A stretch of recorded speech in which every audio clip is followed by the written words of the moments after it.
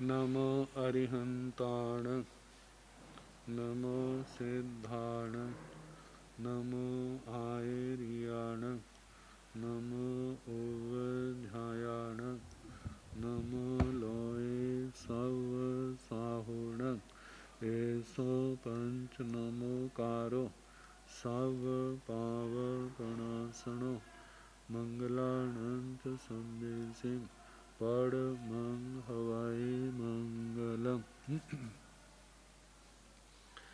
जिन शासन जिन वाणी सदा जयवंत हो, श्रमण संग सदा अविचल मंगल हो। मुक्ति को प्राप्त श्रमण भगवान महावीर स्वामी, उनकी परम पावन कल्याणी भागवती वाणी। वाचक प्रमुख श्री इंद्र भूति गौतमादि गणधर भगवंत युग प्रधानाचार्य परम पूज्य श्री सुधर्मा स्वामी जी महाराज, उनकी परम पावन पाठ परंपरा, वर्तमान आचार्य ध्यान योगी परम पूज्य श्री शिव मुनि जी महाराज एवं गुरुजन सबके पावन चरण सरोजों में मेरा अनंत अनंत बार वंदना नमस्कार। आगम परिषद में विराजमान वरिष्ठ मुनिराज, अन्य मुनिवृंद, परम आदरणीय भगवती स्वरूपा महासाध्वी जी, श्री स्थानक सूत्र की वाचना प्रारंभ है। पांचवें स्थान का तृतीय उद्देशक सुनाया जा रहा है। कल हम पांच समिति के बारे में सुना रहे थे। आज वर्णन है संसारी जीवों का अनेक अपेक्षाओं से।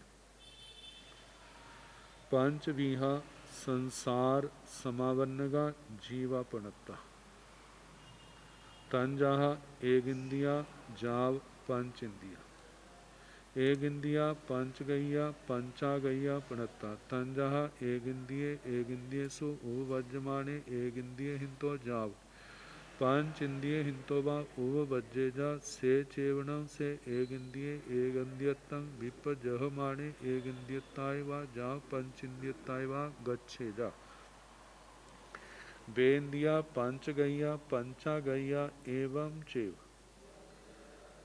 एवं जाव पंच इंदिया पंच गैया पंचा गैया पणत्ता तंजाहा पंच इंदिया जाव गच्छे जा पंचविहा सब जीवा पणत्ता तंजाहा कोह कसाई जाव लोभ कसाई अकसाई अहवा पंचविहा सब जीवा पणत्ता तंजाहा नेरैया जाव देवा सिद्धा।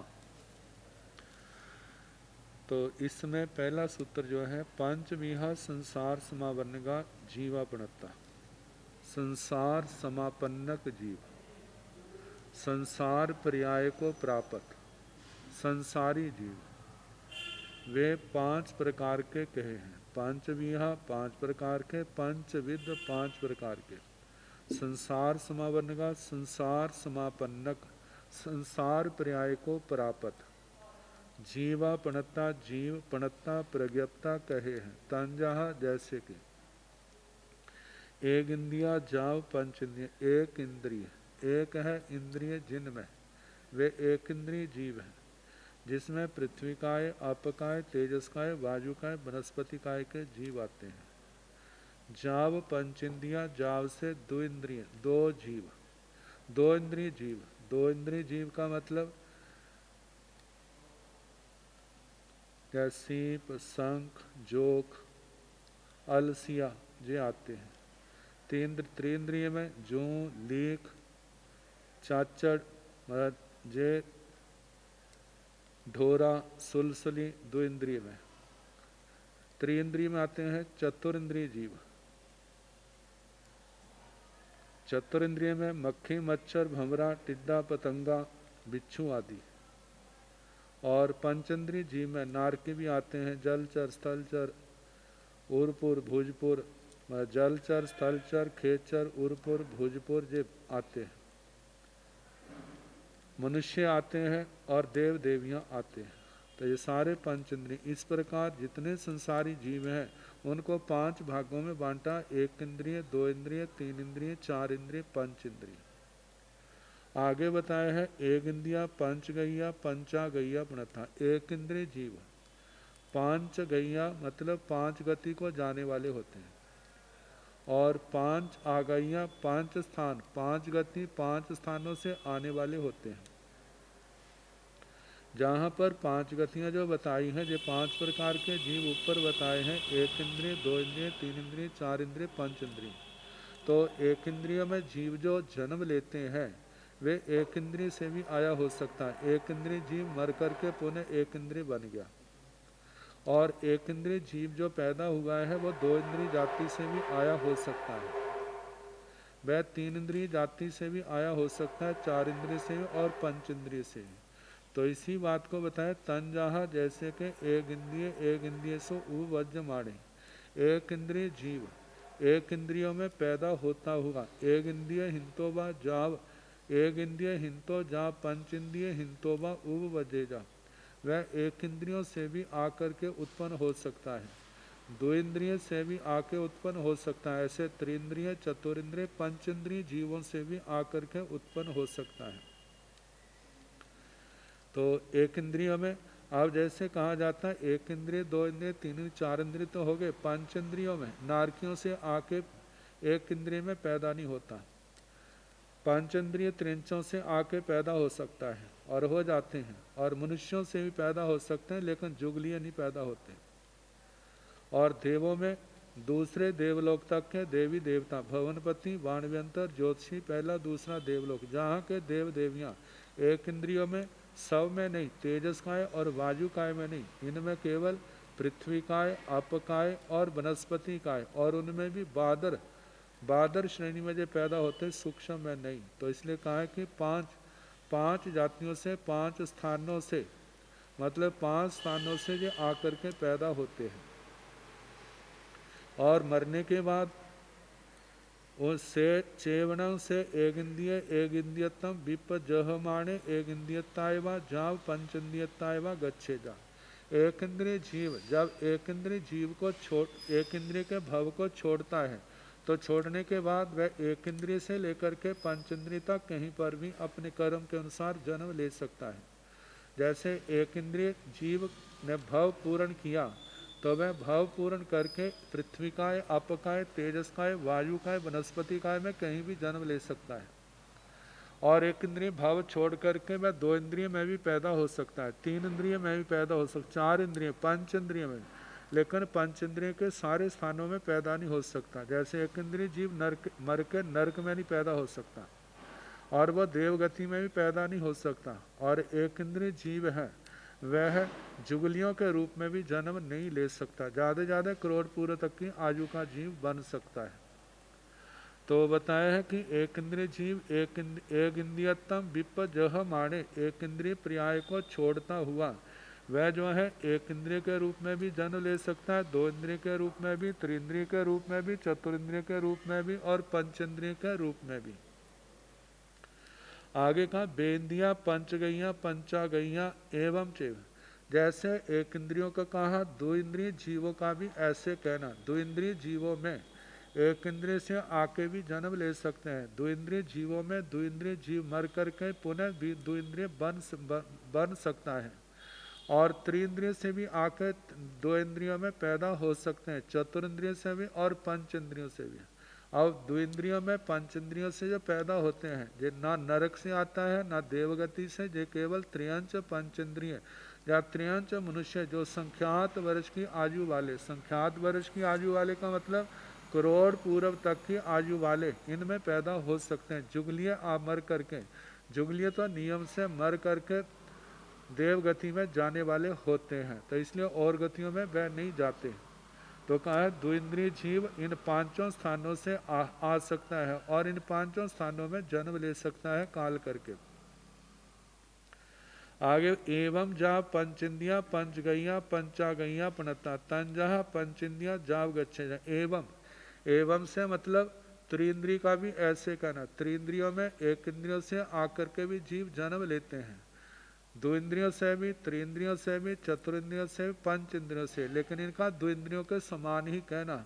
ये नरक और देवगति से नहीं आते, जुगलियों से भी नहीं आते, बाकी जो स्थान रहते हैं करोड़पुर तक की आयु के, उन स्थानों में से आते हैं। ऐसे जैसे त्रिंद्रियों का दो इंद्रियों का कहा, ऐसी प्रकार त्रिंद्रियों का कहना, चतुरिंद्रियों का भी इसी प्रकार कहना। चतुरिंद्रिय जीव एक इंद्रिय से भी आते हैं, दो इंद्रियों से, तीन इंद्रियों से, चार इंद्रियों से, पंच इंद्रियों से, और चतुरिंद्रिय का भव छोड़ करके ये एक इंद्रिय में भी चले जाते हैं, दो इंद्रिय में, तीन इंद्रियों में, चार इंद्रियों में, पंच इंद्रियों में भी।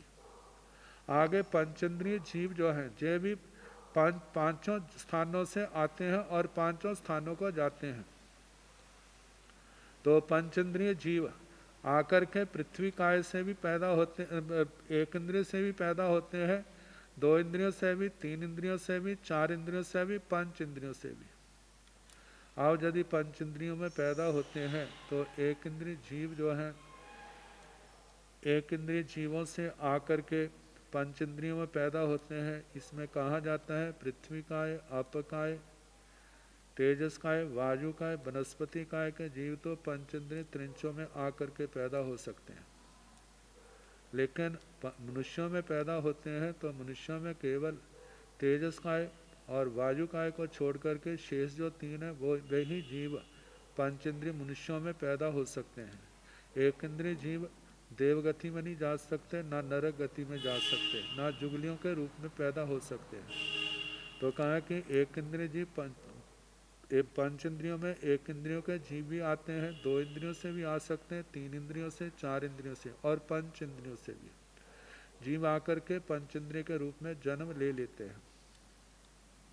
और मरने के बाद ये भाव पूर्ण करने के बाद ये पांचों स्थानों पर जा सकते हैं। पंच इंद्रिय जीव एक इंद्रिय में, दो इंद्रियों में, तीन इंद्रियों में, चार इंद्रियों में, पंच इंद्रिय, इन सब स्थानों में जन्म ले सकते हैं। तो आगे बताया है पांचवीहा सब जीवा प्रणता तंजहा कोह कसाई जाब लोभ कसाई अकसाई। जितने भी जीव है समस्त जीव उनको पांच श्रेणियों में बांटा है। चार तो कषायों की अपेक्षा से है और एक अकषाय भाव की अपेक्षा से है।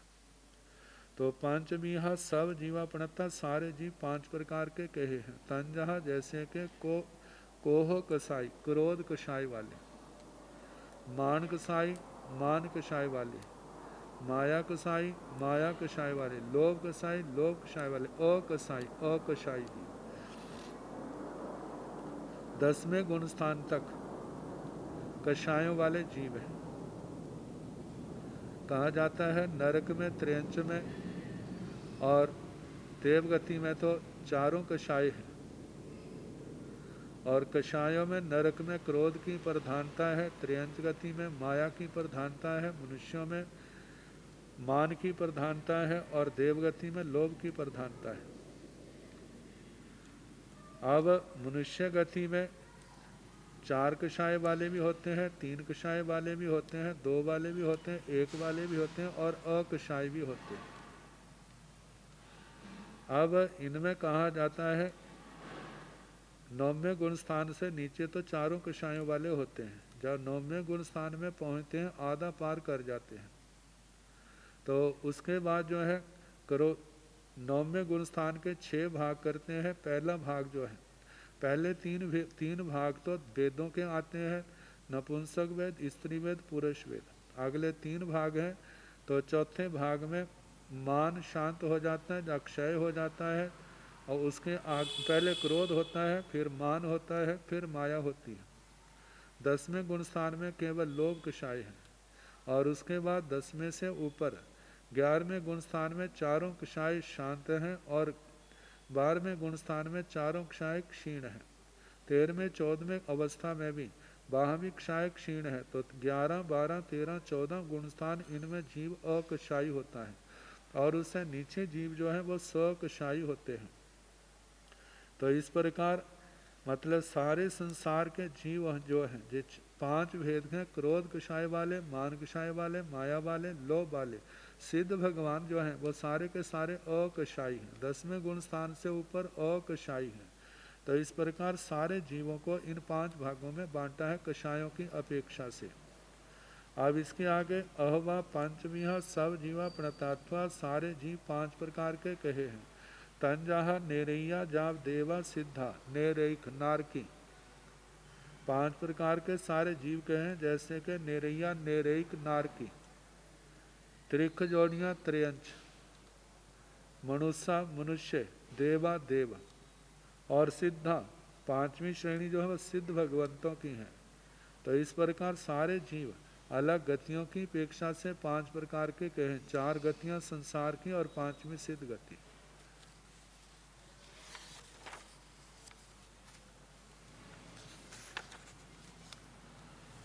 द्विदल धान्यों की बीजत्व स्थिति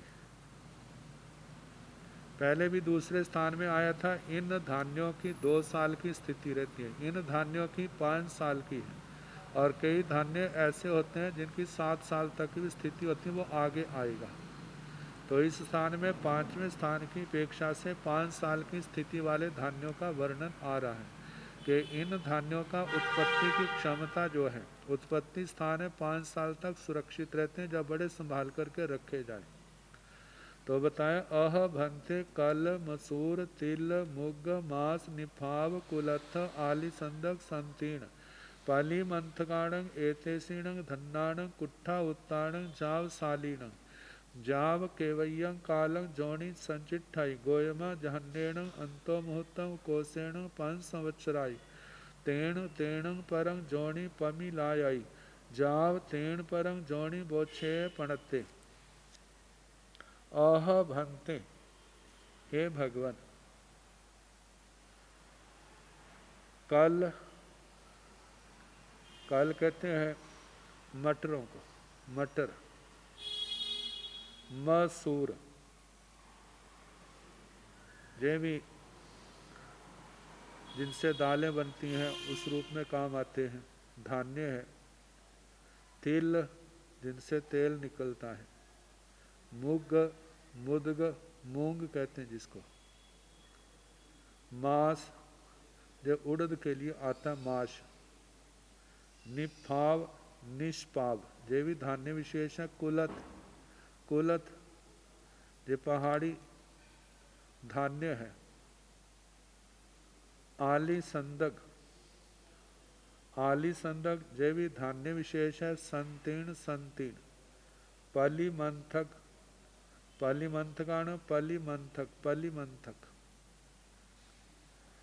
इनके एते सिंह धन्नाण कुट्ठा उत्तान इन धान्यों की जो कोष्ठागार में बड़े संभाल करके रखे हैं, बर्तनों में अपनी अपनी विधि के अनुसार ऊपर से लिपा गया है, सीलबंद किया गया है, बाहर की हवा नहीं लगने देते। एते सिण धन्नाण कोठा उत्ताण इन धान्यों के जो कोष्ठागार में रखे गए हैं, जहाँ सालीण जैसे शाली का वर्णन आया था, जाव केवयं कालं जोनी संचिट्ठाई जब ऐसे संभाल करके रखते हैं तो इनका उत्पत्ति स्थान जो अंकुरित होने वाला स्थान कितने समय तक सुरक्षित रहता है। इनका उत्पत्ति स्थान सुरक्षित रहता है। तो गोयमा हे गौतम जहन्नेण अंतो मुहूर्तम उकोसेण 5 संवत्सराई जघन्य से एक अंतर मुहूर्त और ज़्यादा उत्कर्ष से उत्कृष्ट से 5 संवत्सराई 5 साल तेण परम जोनी पमिलाय उसके बाद जो उनका उत्पत्ति स्थान पमिलाय मलान हो जाता है, नष्ट हो जाता है। तेण जाव तेण परम जोनी बोच्छेय पणते उसके बाद उनके उत्पत्ति स्थान का विच्छेद हो जाता है। चाहे वो धान्य का दाना रहे लेकिन उत्पन्न होने की क्षमता नहीं रहती। तो इन धान्यों के नाम बताए, इनके 5 साल तक मतलब के जघन्य से अंतर मुहूर्त उकोसेण 5 संवत्सराई 5 साल तक इनका जो है उत्पत्ति स्थान सुरक्षित रहता है। उसके बाद जो वो शक्ति नष्ट हो जाती है। तो जहाँ पर 5 साल की बात कही, 5 संवत्सर, तो बताए अब संवत्सर के संबंध में वर्णन किया जा रहा है, काल के संबंध में। व्यवहारिक काल 5 संवत्सरा पणत्ता तंजाह नखत संवत्सरे जुग संवत्सरे पमान संवत्सरे लखन संवत्सरे शनिचर संवत्सरे जुग संवत्सरे पंचबीहे पणत्ते तंजाह चंदे चंदे अभिवड्डीय चेव पमान संवत्सरे पंचबीहे पणत्ते तंजाह नखत्ते चंदे ओ आदित्य अभिवड्डीय लखन संवत्सरे पंचबीहे पणत्ते तंजाह समगं नखत्ता जोगम जोयंती समगं ओ परिणमंती नचुर्न नाइसियो बहुदौ होई न खत्ते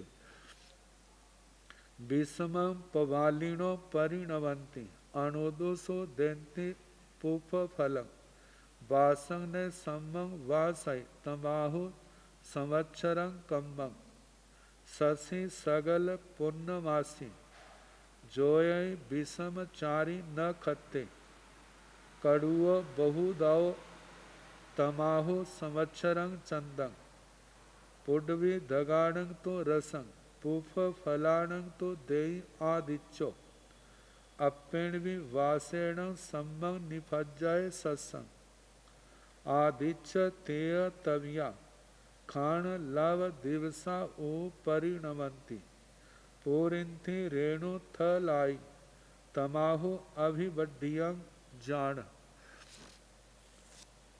ये प्रकरण ज्योतिष से संबंधित है।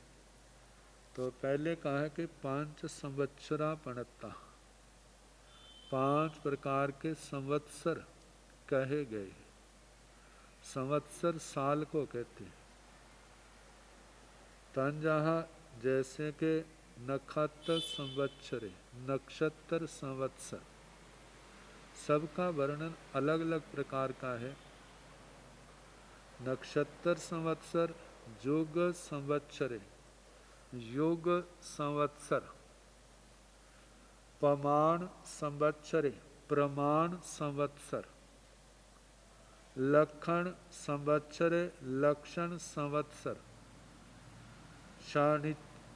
शनिचर संवत्सरे, शनैश्चर, शनि संवत्सर। तो ये 5 संवत्सरों के नाम हैं। तो इनके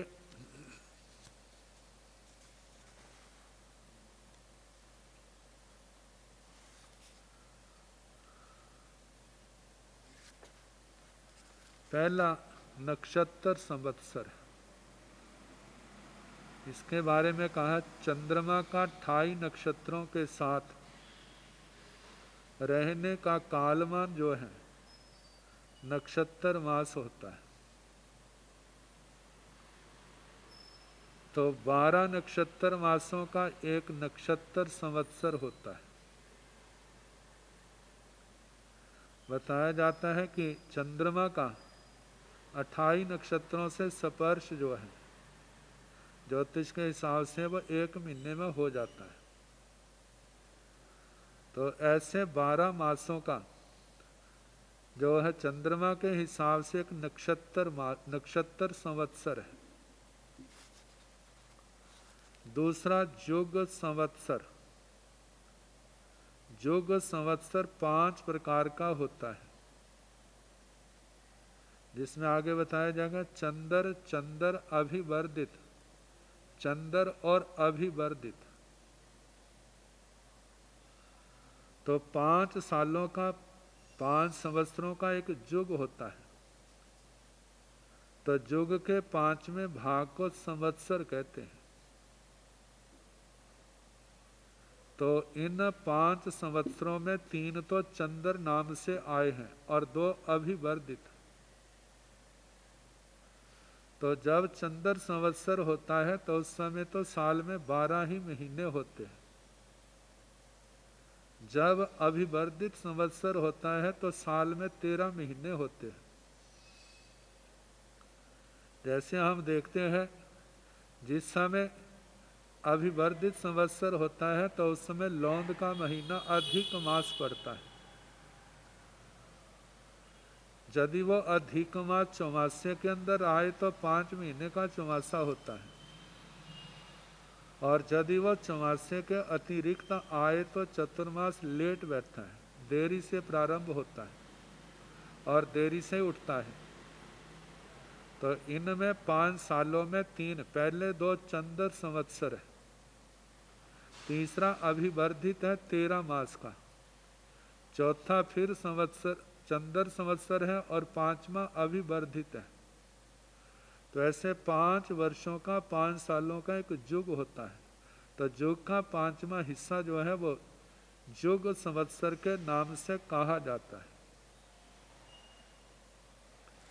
अब तीसरा संवत्सर जो है प्रमाण संवत्सर है, प्रमाण संवत्सर है। तो इसके बारे में कहा, जब दिनों के परिमाण की मुख्यता से नक्षत्र आदि से संबद्ध संवत्सरों का वर्णन किया जाता है तो वे ही प्रमाण संवत्सर कहलाते हैं। और इस प्रमाण संवत्सर के भी 5 भेद आते हैं, जिसमें नक्षत्र, चंद्र, ऋतु, आदित्य और अभिवर्धित इनके नाम हैं।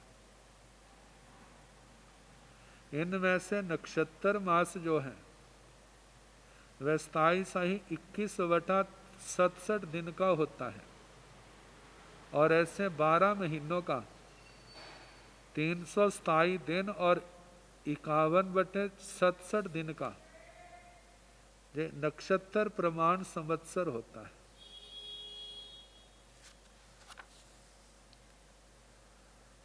अब इसके आगे लक्षण संवत्सर है, लक्षण संवत्सर।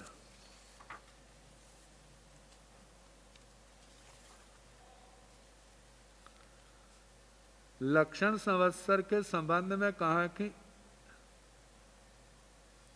इनके वे ही लक्षण प्रधान होने पर जो ऊपर 5 संवत्सर कथन कहे, 5 प्रकार के साल कहे हैं, उनके ही लक्षण इनमें आते हैं। कुछ नक्षत्र निश्चित तिथियों में हुआ करते हैं, जैसे चैत्री पूर्णमासी होती है तो उस दिन चित्रा नक्षत्र होता है, और वैशाखी पूर्णमासी को विशाखा नक्षत्र होता है, श्रावणी को मतलब के श्रवण नक्षत्र होता है। तो हर महीने का जिस महीने का जो नाम है मतलब के उस दिन वो ही नक्षत्र होता है। तो कहा जाता है जब ये नक्षत्र अपने ठीक पूर्णमासी में होते हैं, जब ये नक्षत्र ठीक अपनी तिथियों में हो, मौसम में भी यथा समय प्रारंभ हो, ना अत्यंत शीत ना अत्यंत गर्मी, जल भी मात्रा में हो, ऐसे लक्षणों वाले संवत्सर को नक्षत्र संवत्सर कहा जाता है, माना जाता है। और 5वां शनिचर संवत्सर, शनि संवत्सर, जैसे कहा जाता है सूर्य संवत्सर में सूर्य जो है एक महीने में एक राशि को क्रॉस करता है, तो 12 राशियों को 12 महीने में कर लेता है। तो शनि के संबंध में इसकी शनैश्चरति, शनि धीरे धीरे चलता है। अब इसका कहा जाता है 2.5 साल के अंदर एक राशि को क्रॉस करता है, तो 12 राशियों का जो समय वह 30 साल हो जाता है। तो 30 साल में इनका शनि का संवत्सर साल पूरा होता है। तो ऐसे जो 5 संवत्सर कहे, नक्षत्र, युग, प्रमाण, लक्षण और शनि। अब आगे कहा है युग संवत्सरे पंच भी है पणत्ते, तंजाह चंदे अभिवढ़िये चंदे अभिवढ़िये चेव। युग संवत्सर के 5 भेद कहे, जैसे कि चंद्र, चंद्र अभिवर्धित, चंद्र अभिवर्धित, मतलब एक युग में 5 साल होते हैं। तो पहले साल का नाम चंद्र है, इसमें 12 ही महीने होते हैं। दूसरे साल का भी नाम चंद्र है क्योंकि इसमें भी 12 महीने होते हैं चंद्रमा के हिसाब से। अभिवर्धित तीसरा है, इसमें 13 महीने होते हैं। लौंद का अधिक मास होता है। चंदे चौथा फिर चंद्र संवत्सर है। और पांचवा अभिवर्धित है। तो इस प्रकार युग संवत्सर के 5 भेद कहे। आगे प्रमाण संवत्सरे पंचमी है पणत्ते।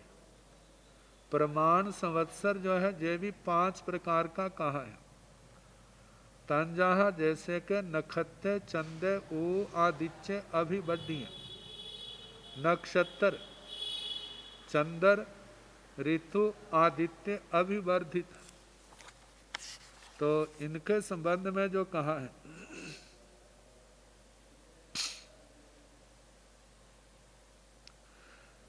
जब दिनों के प्रमाण संवत्सर,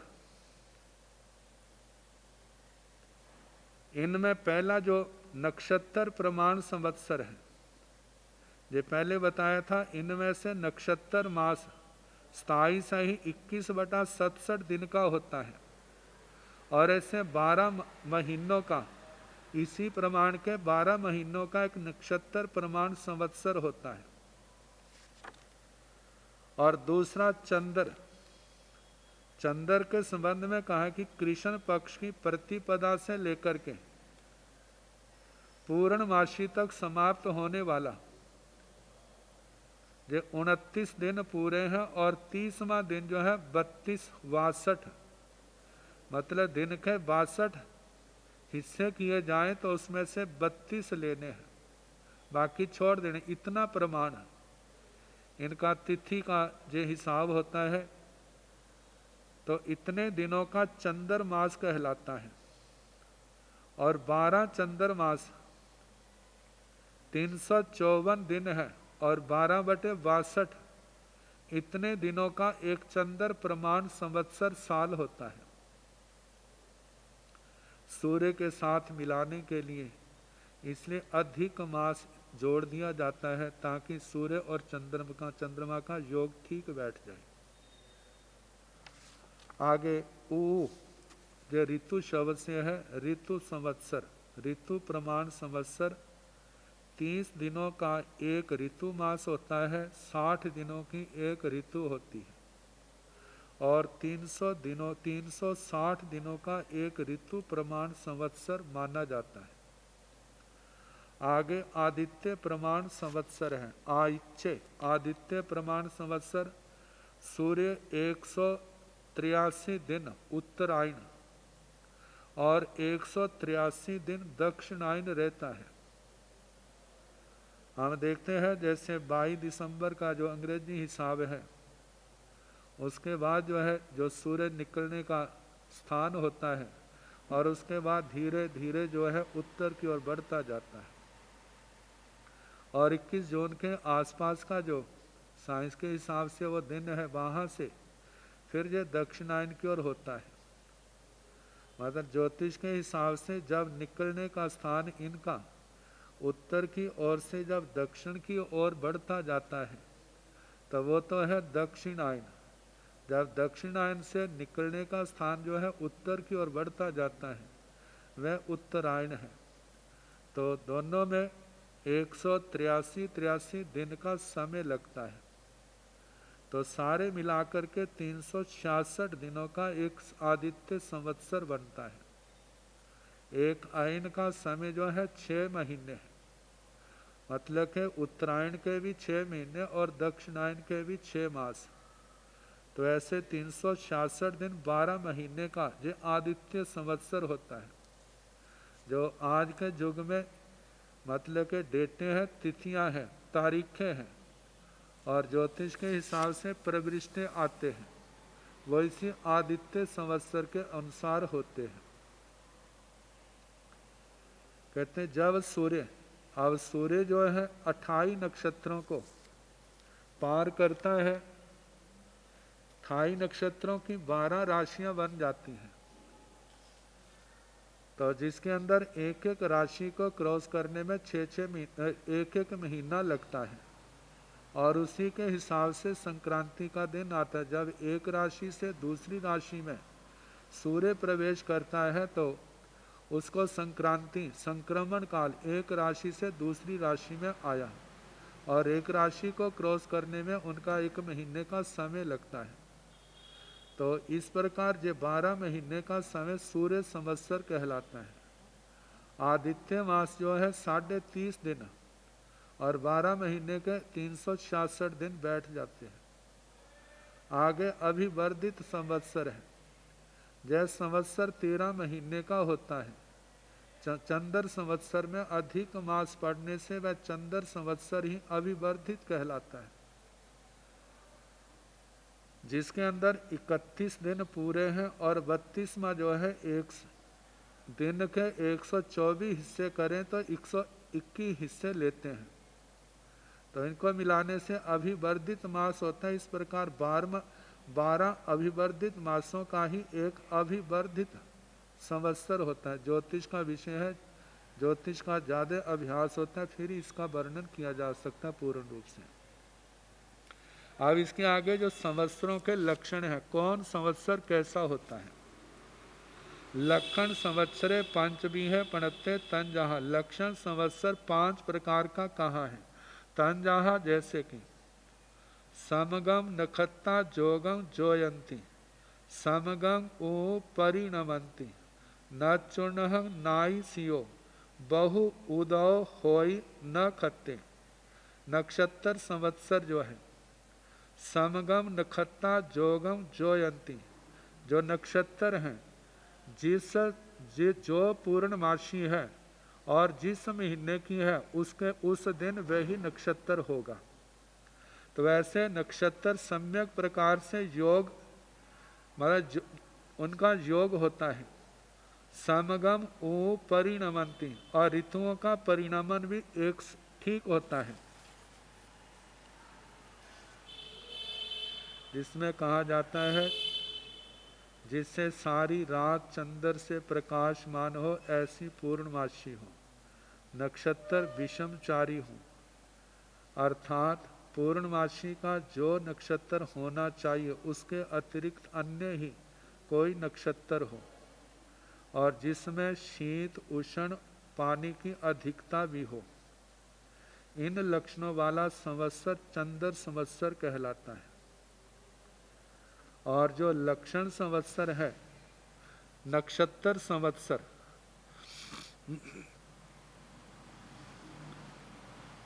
जैसे पहले बताया था लक्षण प्रधान, जैसे चैत्री पूर्णमासी है तो उस दिन चित्रा नक्षत्र, विशाखी पूर्णमासी है तो विशाखा नक्षत्र, श्रावणी है तो श्रवण नक्षत्र। जब यह नक्षत्र ठीक अपनी तिथियों में हो, मौसम भी यथा समय प्रारंभ हो, ना अति शीत ना अति गर्मी हो, जल भी मात्रा में हो, इन लक्षणों वाले संवत्सर को नक्षत्र संवत्सर कहा जाता है। ये पहला नक्षत्र संवत्सर है, उसके लक्षण बताए। और दूसरा जो है चंद्र संवत्सर, इसके लक्षण ऐसे बताए हैं जिससे सारी रात चंद्रमा से प्रकाशमान हो, ऐसी पूर्णमासी हो। नक्षत्र विषमचारी हो, मतलब जो महीना है उसकी पूर्णमासी को वह नक्षत्र ना हो, दूसरा कोई नक्षत्र हो, तो ऐसी पूर्णमासी विषमचारी कहलाती है। तो जिसमें शीत उष्ण पानी की अधिकता भी हो, इन लक्षणों वाले संवत्सर को चंद्र संवत्सर कहा जाता है। विस्मं पवालिनो परिणमंती, अणुदुसो देन्ति पुफ फलम, वासंग ने सम्मंग वासाई, तमाहु संवत्सरं कम्म। संवत्सर करम संवत्सर,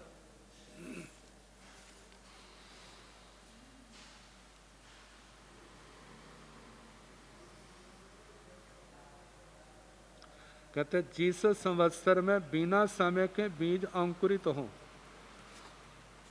विषम पवालिनो परिणमंती, बिना समय के बीज अंकुरित हो, वृक्षों में कोंपले आए और फूल फल आए, वर्षा समय पर ना हो, इन लक्षणों से युक्त संवत्सर ऋतु संवत्सर माना जाता है।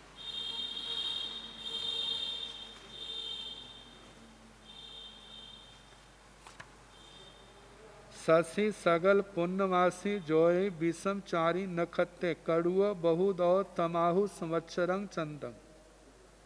ये चंद्र संवत्सर जिसमें सारी रात चंद्रमा प्रकाश करता है, जो विषम चारी नक्षत्ते, नक्षत्र जो है पूर्णमासी के अनुसार नहीं होते, विषम होते हैं, पानी में कड़वापन और बहुत पानी, ऐसा चंद्र संवत्सर। आगे आदित्य संवत्सर है, पुडवी दगाणंग तो रसंग पुफ फलाणंग तो देई आदित्यो, अपेणवी वासेण सम्मंग निफज्जय सत्संग।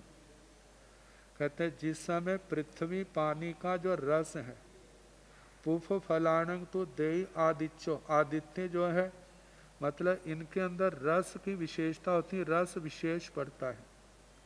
अपेण भी वासेण, थोड़ी वर्षा से भी सम्यक निफज्जय सत्संग, फसल जो है सम्यक प्रकार से निष्पन्न होती है,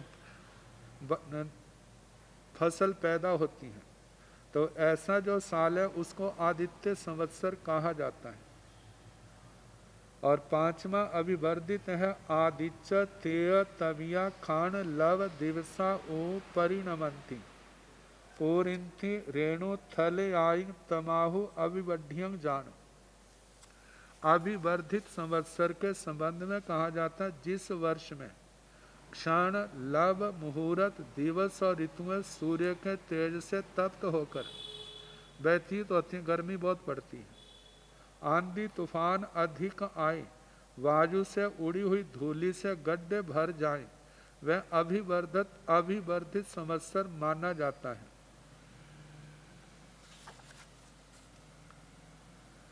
शनि के संबंध में बता दिया था, 30 साल के अंदर वो पूर्ण होता है। अब इसके आगे जीव के निर्याण मार्ग। जब जीव भव पूर्ण करता है तो किस गति को जाने वाला शरीर के किस हिस्से से निकलता है? आत्मा निकलती हुई, क्योंकि आत्मा अरूपी है, तेजस शरीर कार्बन शरीर सूक्ष्म है, इसलिए वह दृष्टि का विषय नहीं बनते। लेकिन ऐसा कहा जाता है कि जिस अंग से प्राण निकलते हैं वह प्राण देर तक गर्म रहता है। तो बताया है पांचवी है जीवस निजान मग्गे पणत्ते, तंजाह पाए ओरोहि ओरेण सिरेण सवंगे। पांचवी है जीवस निजान मग्गे पणत्ते, जीवस जीव के निजान मग्गे निर्याण मार्ग, शरीर से निकलने का मार्ग। ये 5 प्रकार का पणत्ते कहा है, तंजहा जैसे कि पाए, कभी जीव के प्राण, जीव जो है पैरों से निकलता है। उरुहि, उरु भाग जंघाओं से निकलते।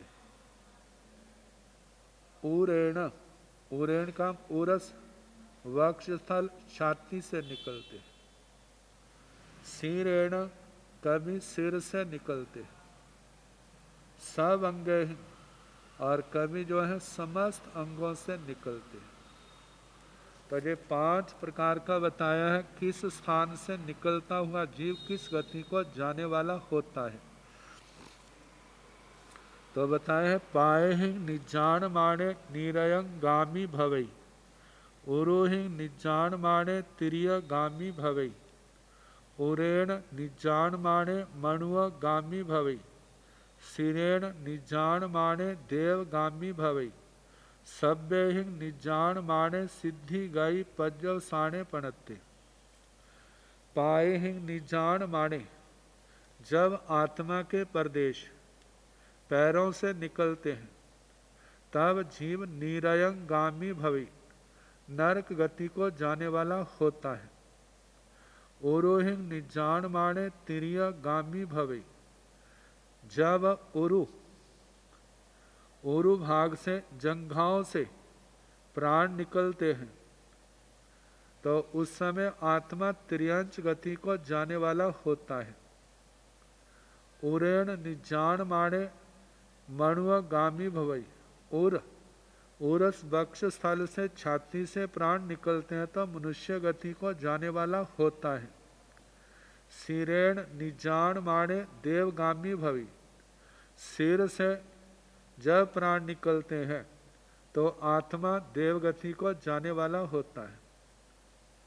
तो इनके संबंध में देखा जाता है कि उनके बाल खड़े हो जाते हैं, मतलब सामान्य जैसे उससे खड़े होने के कारण से ऐसा अनुमान होता है कि यह देवगति को जाने वाला है। ऐसा भी कहा जाता है आंखें खुल जाती हैं, बाल खड़े हो जाते हैं, तो उससे देखने वाले अनुमान लगा लेते हैं कि ये किस गति को गया है। तो बताएं, सिर से जब प्राण निकलते हैं, आत्म प्रदेश निकलते हैं, तो वह जीव देवगति को जाने वाला होता है। सब्बे ही निजान माणे सिद्धि गई पज्जव साणे पड़ते। जब समस्त शरीर से एकदम कंदुक गति से शरीर से प्राण निकलते हैं तो कहा जाता है वह जीव सिद्ध गति पर्यवसान, सिद्ध गति को जाने वाला होता है। तो इस प्रकार आत्म प्रदेशों के निकलने के जो 5 मार्ग हैं। अब इसके आगे छेदन, आनंतर्य और अनंत जे प्रसंग आते हैं, तो इनके संबंध में आगे कल जैसे अवसर होगा उसके अनुसार कराने का प्रयास किया जाएगा। अब हम प्राकृत व्याकरण कर लें।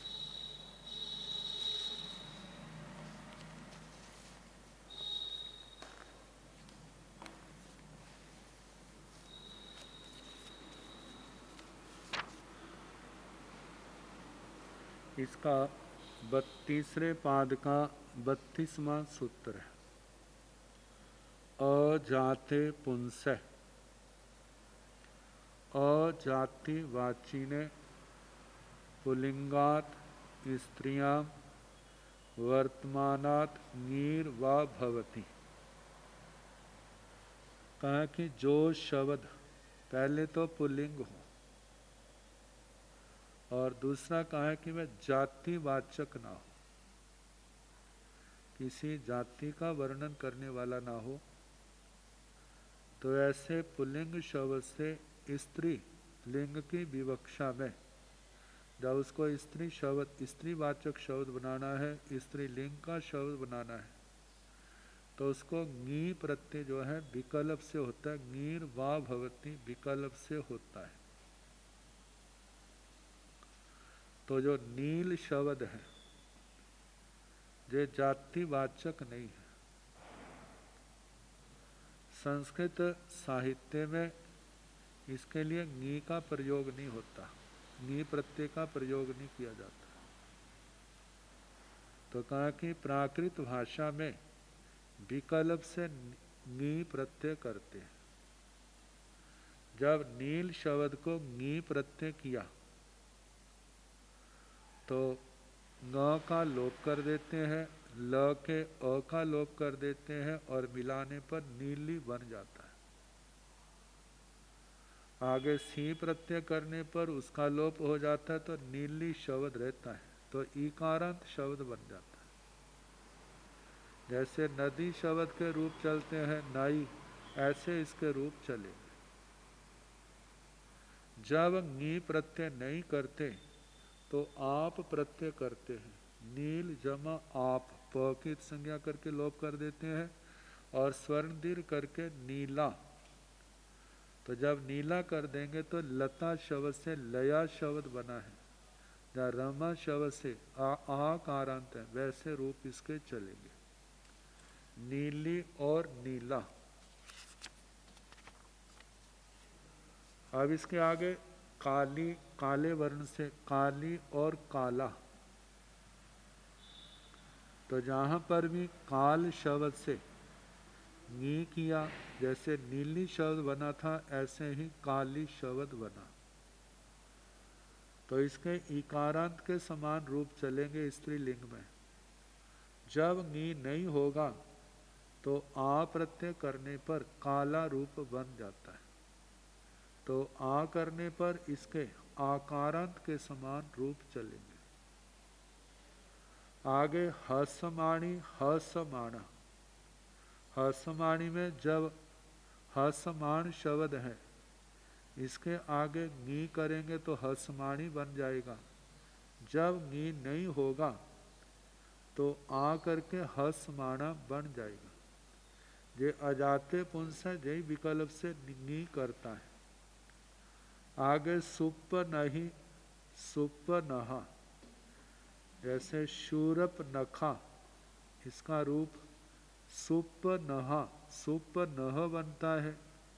जब ई प्रत्यय नी करेंगे तो सुप नहीं बनेगा। जब आ करेंगे तो सुप नहा, ये दो रूप बनेंगे। आगे ईमिये ईम आए, ये इदम शब्द का स्त्रीलिंग का रूप है और ये तृतीया विभक्ति के रूप है ईमिये। जिस समय इदम शब्द को नी प्रत्यय किया है तो ईमी शब्द बन जाता है। म का लोप कर देते हैं, द को म कर दिया और नी प्रत्यय करके म के अ का लोप कर दिया और मिला दी, ईमी बन गया। और टा को ए आदेश किया है, ईमी ए। जब नी हुआ तो ईमा बना इसका, ईमा रूप। तो टा को ए करने पर ईम आए, ये दो रूप तृतीया विभक्ति के बनते हैं। ईमिये ईम आए। और छठी विभक्ति के रूप है ईमीणंग ईमाणंग। जब नी किया तो ईमी बना, तो छठी विभक्ति का आम को न करने पर ईमीणंग बन जाता है। जब नहीं हुआ तो आ होने के कारण से ईमाणंग ऐसा रूप बनता है। आगे ए आए, ये एतद शब्द के रूप है तृतीया विभक्ति के। जब एत है, एत को नी किया, एती बन गया, त का लोप करते एती और टा को ए करने पर ए ऐसा रूप बनता है। जब नहीं किया तो एत का एता बन जाता है, त का लोप कर देते हैं और लोप करने पर आप किया, एता बन गया और तृतीया के टा को ए करने पर ए आए ऐसा रूप बना। आगे एनंग एयाणंग, ये जो एतद शब्द के हैं, एतद शब्द के छठी के बहुवचन के रूप हैं। संस्कृत में तो एत्या एता साम ऐसा रूप बनता है स्त्रीलिंग में। तो जहाँ पर एत का एति बनाया, त का लोप कर दिया और टा के स्थान आम के स्थान पर ण कर दिया। वैसे ण आदेश होता है, विकल्प से अनुस्वार होता है। तो जहाँ अनुस्वार किया है तो एनंग जे नी का रूप है और जब आ करते हैं तो उसका ए आनंग ऐसा रूप बनता है।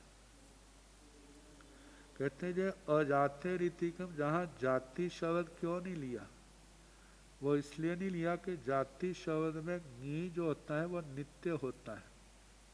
जब वहाँ पर जो निश्चित है, जहाँ नी होता है वहाँ नी होगा, जहाँ आ होगा वहाँ पर आ ही होगा, वहाँ विकल्प नहीं चलता।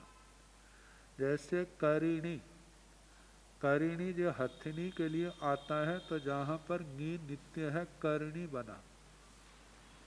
आगे अया अजा शब्द से बना है, जहाँ पर आप लगा है, तो जहाँ पर ई नहीं होगा, जिसका अया ही रूप रहेगा।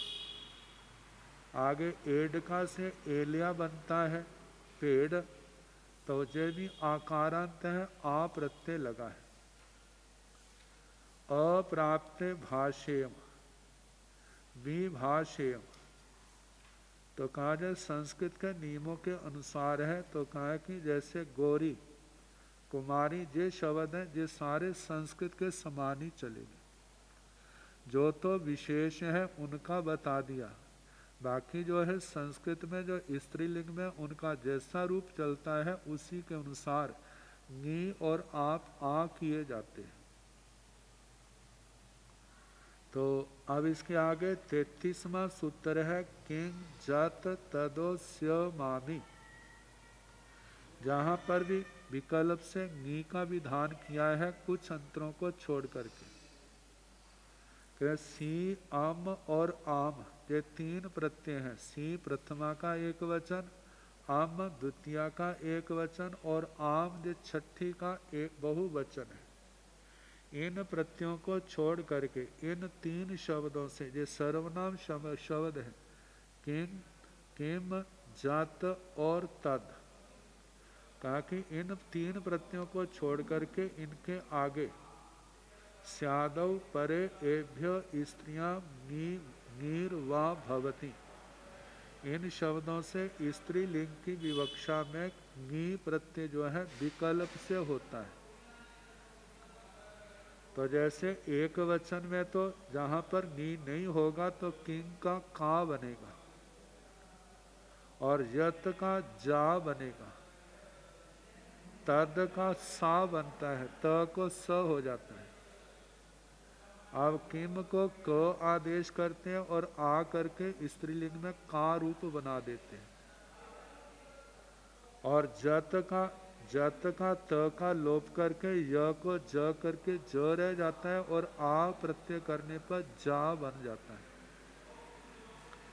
तद का जो है द का लोप करके त के स्थान पर स कर देते हैं और आ प्रत्यय करने पर सा रूप बन जाता है। प्रथमा के सी प्रत्यय करते हैं उसका लोप कर देते हैं तो इससे का जा और सा जे रूप बनते हैं। लेकिन अब जहां पर प्रथमा के एक वचन में तो नी का निषेध कर दिया, बहुवचन में वहां पर नी होता है। जैसे क शब्द है तो स्त्रीलिंग में विकल्प से जब नी प्रत्यय किया तो उसका कीर रूप बन गया। तो जब की किया है तो उसके आगे ई और ऊ और ओ आदेश करते हैं तो कियू और कियो जे रूप बनेंगे। तो जहां पर ओ वाला रूप दिया है कियो, आगे जब नी नहीं करेंगे तो क को आ करके का बनेगा। तो का के आगे जब जस को ऊ और ओ करेंगे तो दो रूप बनेंगे काऊ और काओ। आगे किए काय जे फिर तृतीया के रूप दिए हैं। तृतीया के रूप में जब क को नी किया तो की बना और टा को ए करने पर किए बना। जब नी नहीं हुआ तो क को आ प्रत्यय करके स्त्रीलिंग में का रूप बना और टा को ए करने पर काए बना।